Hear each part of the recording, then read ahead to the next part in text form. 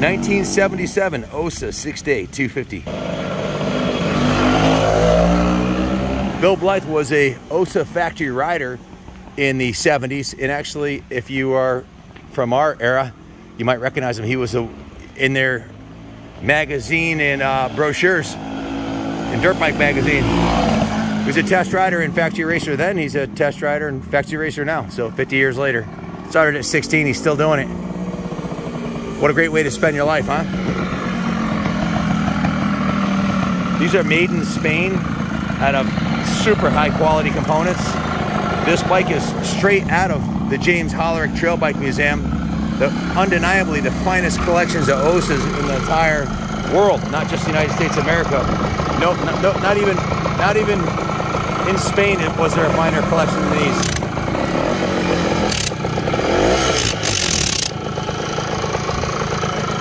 What do you think, Billy? Love it. It's a flashback to 1977, huh?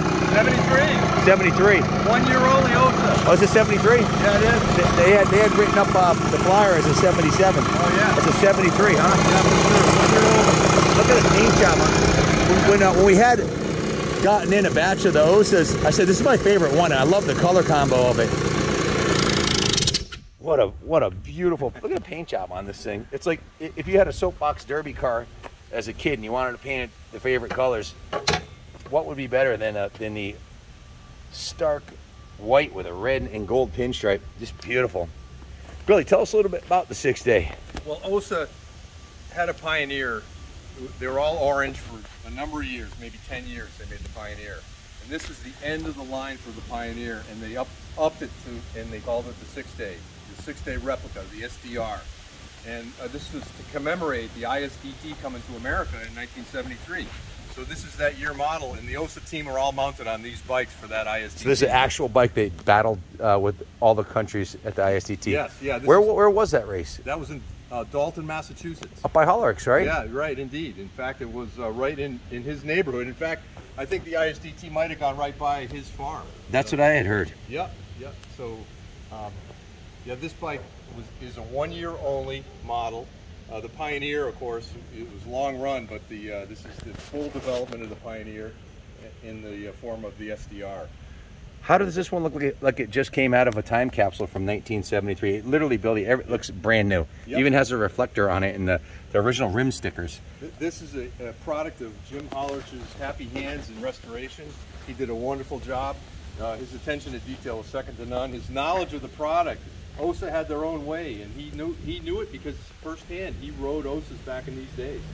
He competed in New England Enduros, so he knew what they looked like just like I do. You know, when it's right, it's right, and this is one of those. It absolutely, Billy, looks like a brand new motorcycle, right down to the foot pegs. Right. Yep. The fit and finish on the rims and the spokes, right, and all the hardware. This has passenger pegs on that. Was that a factory option? I think it was an option. The frames were drilled, and they had a threaded boss inside, so you could thread in some aftermarket pegs. And if I remember right, those pegs are the ones you could get at the Ossa dealer. That exact peg. So, yeah, I never had them on mine because I never rode 2-up on my bike. I was always 1-up. But Jim Hollerich was the New England champion with the doubles class, which is unheard of. He rode with a passenger on the back. That's right. I've seen pictures of him. Yep, yep. So that's pretty remarkable. Jim did a beautiful job. He nailed the color. The white is as white as it should be. It's like refrigerator white. All these little details, like the reflector on the tail and this rubber piece, this stuff falls apart after about 2 years. I don't know how this managed to stay together all this time and be in perfect condition. So now this would be, it has a license plate mount and the headlight and tail light. You could get this registered and ride it on the street, I would imagine, right? Absolutely. Horn, lights, and you didn't need turn signals. It actually has a horn on it? Yeah. Wow. Yeah, yeah, they came with a factory horn and speedometer, all the things necessary to get through the registry were on this bike. What a cool piece. Again, Beator, did I say that right? Beator? Bader. Bader. Bader. That's what I call it. Bader shocks, Acront rims, and you had mentioned on the other, is this all made in Spain, all the parts on this one? Every one of the components on this bike made in Spain. The Veglia Bresel speedometer, the handlebars, all the grips, see the Ossa marquee on the handle grips. That's just, you know, they were proud of their mark. And but again, all the components were made in Spain. If they weren't originally from Spain, they were licensed and manufactured in Spain, like the Pirelli tires and carburetors, and things of the like. So How many gears does it have? it's got a 5-speed, and one of the features of the Ossa mark is torque. They were known for massive torque. That's why they did so well in New England Enduros and 6 days. These are gold medal bikes for the 6 days. I mean, top just 5% of the world. They were rated in the 250cc class, which was the most sought after metal to get, the 250 metal. It's too nice to take into the woods now, but to me, but what a great bike to bring to Mid-Ohio and ride it around the pits, or ride it down the street to the go out for lunch or whatever, or bring it to Daytona and ride this around Bike Week. Imagine pulling down Main Street with this. Right. You could roll that in a brand new $50,000 Harley CVO. No one will give you a second look. You roll up in this thing, and there'll be a crowd around it. You will not see another one on the road.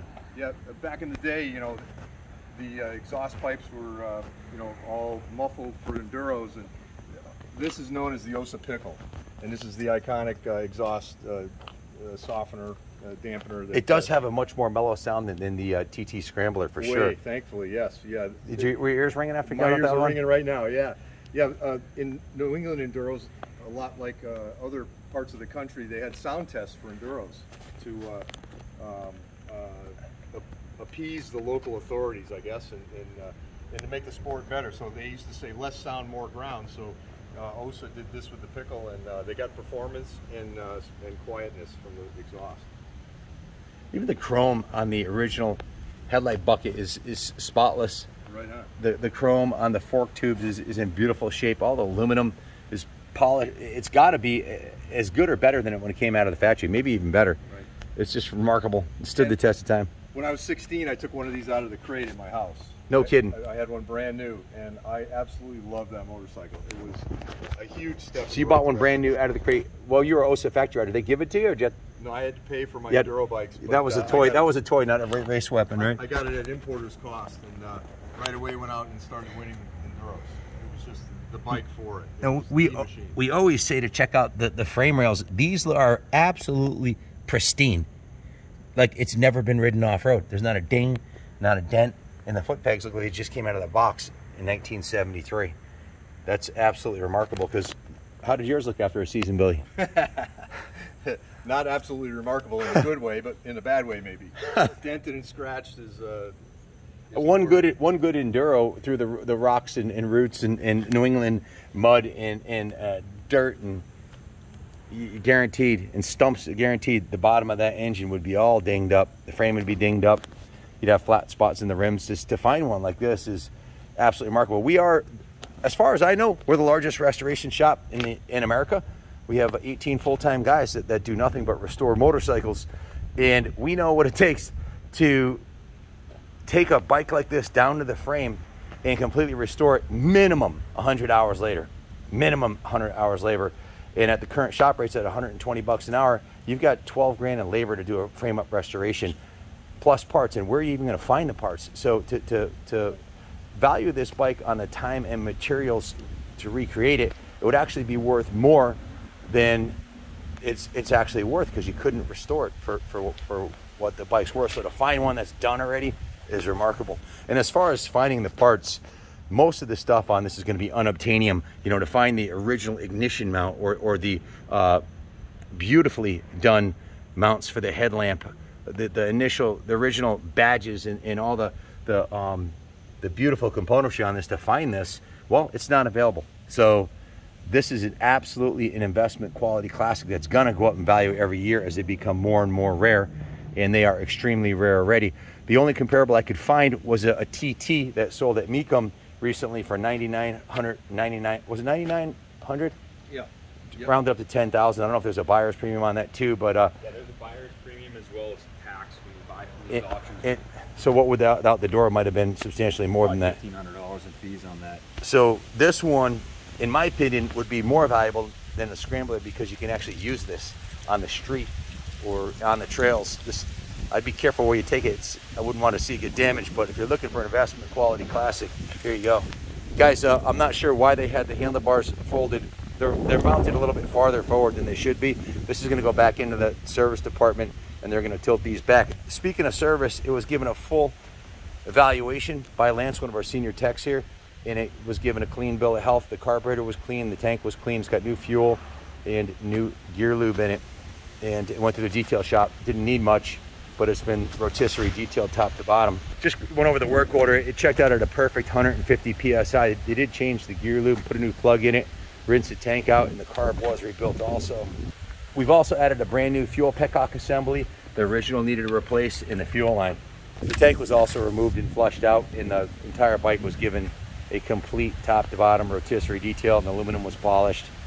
We have a 17-hour work order on the bike. The total was $2,300, and that included $95 in parts plus tax, but it was mostly labor, just going through and tuning and detailing the bike. Basically 2 days. The bike does have a little bit of patina. The original saddle has a little tear right here, and you can see the badge is still intact on the back here, or the writing. There was a little patch put on the seat right here, but other than that, the original saddle, is it comfortable? Oh, absolutely, yeah. It doesn't look it because it's so skinny, but it gives you plenty of room to get your legs down when you need to use your feet. Excellent. Guys, we can ship this anywhere in the States inexpensively. Message your zip code for a shipping quote. We're no longer passing broker contacts along. We work with DOT licensed, insured, enclosed private companies, bumper pull trailers, and delivering as fast as 3 to 5 days. Super fast, and we're financing through Freedom Road. So call and ask to speak with me, Ken Kaplan Jr. We'll do a pre-app in 3 minutes and to figure out what the lender will offer, but no issues booking this out. Seeing collateral rates start at 7%. So if you have questions, call the shop line 860-454-7024, and actually Billy runs the phones during the week, Yep. so you can speak This with him guy will about answer the Ossa. phone, or this guy will answer the phone. One of these two guys. Billy wants to show us something here. Here's the local Honda dealer's lighter, their Christmas gift lighter from 1970, and on the back is the Ossa Stiletto TT. I just thought that was unique. Pretty cool. John Larrabee. John Larrabee, God bless his soul. R.I.P. Billy's going to fire it up and take you for one last ride, and it's going on display in the museum on the 3rd floor if you want to come take a look at it. If you want to buy it, it'll be on eBay. If it's not on there, well, it's sold. So it's actually September 1st. It won't be on eBay until September 3rd, probably 3rd or 4th. So stay tuned. It will be up on eBay. If you want to confirm if it's still available, call us. Or if you want to buy it before it goes online, 860-454-7024. Junior wants to ride it. Yeah.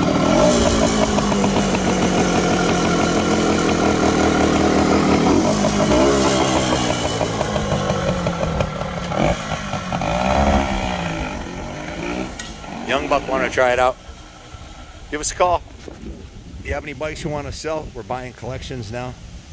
Give us a call, 860-454-7024. Thanks for watching, and God bless America.